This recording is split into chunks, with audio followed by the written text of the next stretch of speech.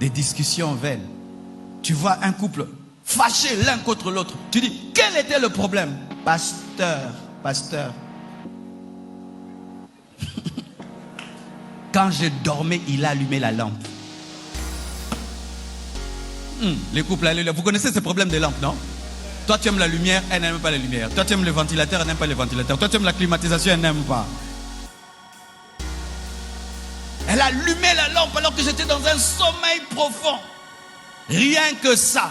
Et vous faites une semaine à bout. Des querelles vaines.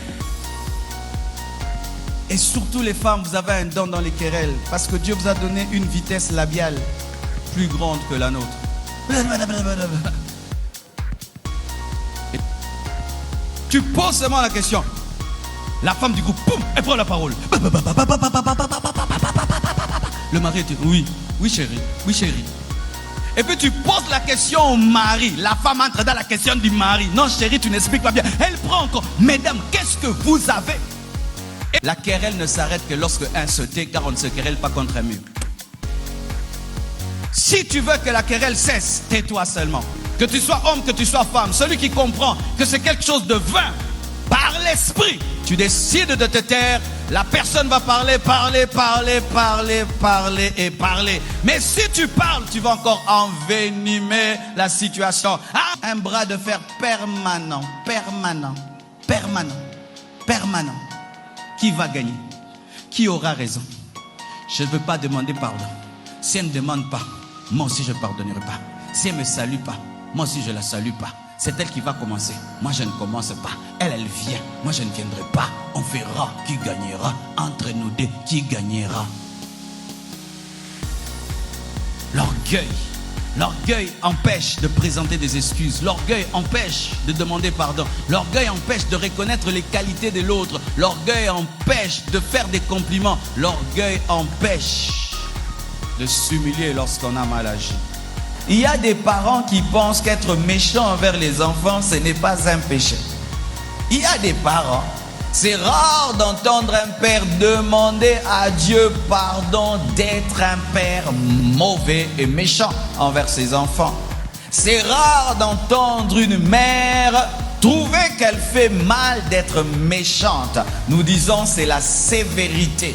Nous disons que je suis dur, je suis en train d'éduquer mes enfants. Mais que dit la Bible? Dans Éphésiens 6, verset 4. Et vous, pères, n'irritez pas vos enfants, mais élevez-les en les corrigeant et en les instruisant selon le Seigneur. C'est-à-dire que si Jésus devait éduquer ta fille, comment il allait éduquer ta fille? Si Jésus devait éduquer ton garçon, comment il allait éduquer ton garçon? Il n'allait pas tolérer les bêtises, c'est vrai. Mais est-ce qu'il prendrait une chicotte et le chicoter jusqu'au sang? Non.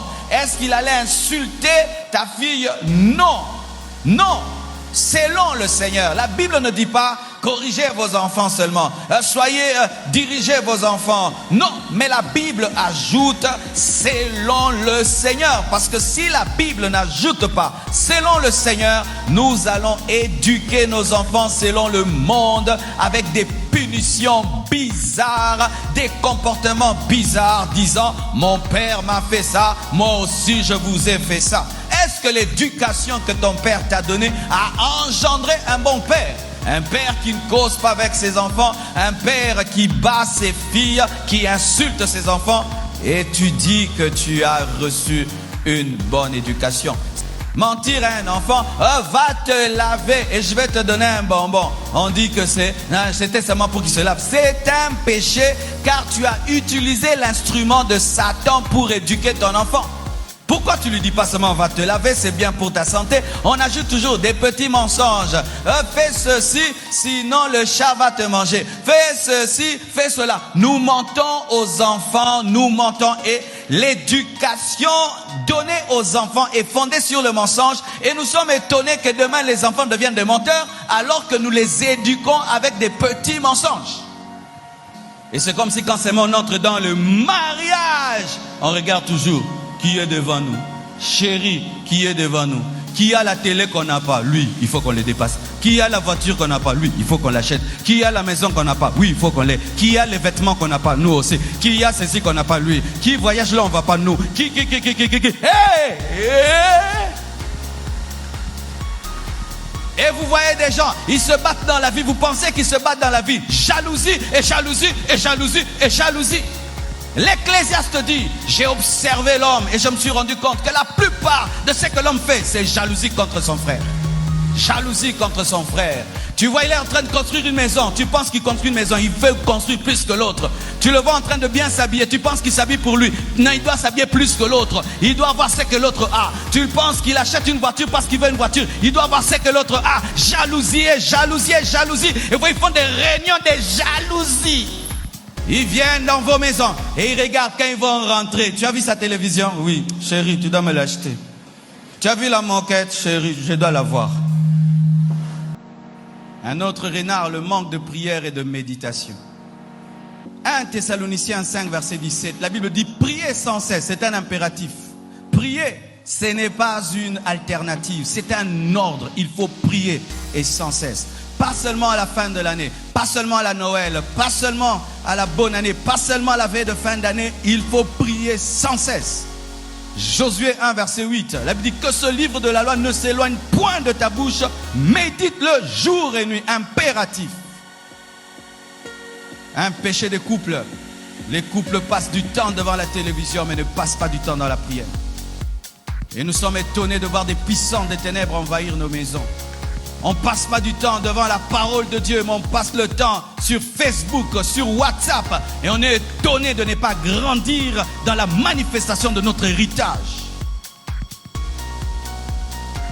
Prenez-vous la Bible et vous la partagez. Agenouillez-vous et priez-vous. Célébrons les seigneurs. Si tu vas te décourager, toujours reculer dans ta vie, regarde tes pieds, regarde devant, parce que Dieu n'a pas prévu que tu puisses commencer à reculer. La sagesse même dans la création.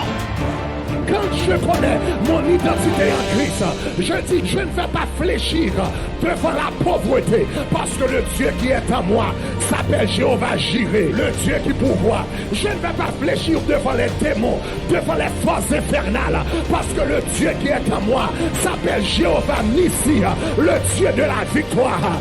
Disons gloire.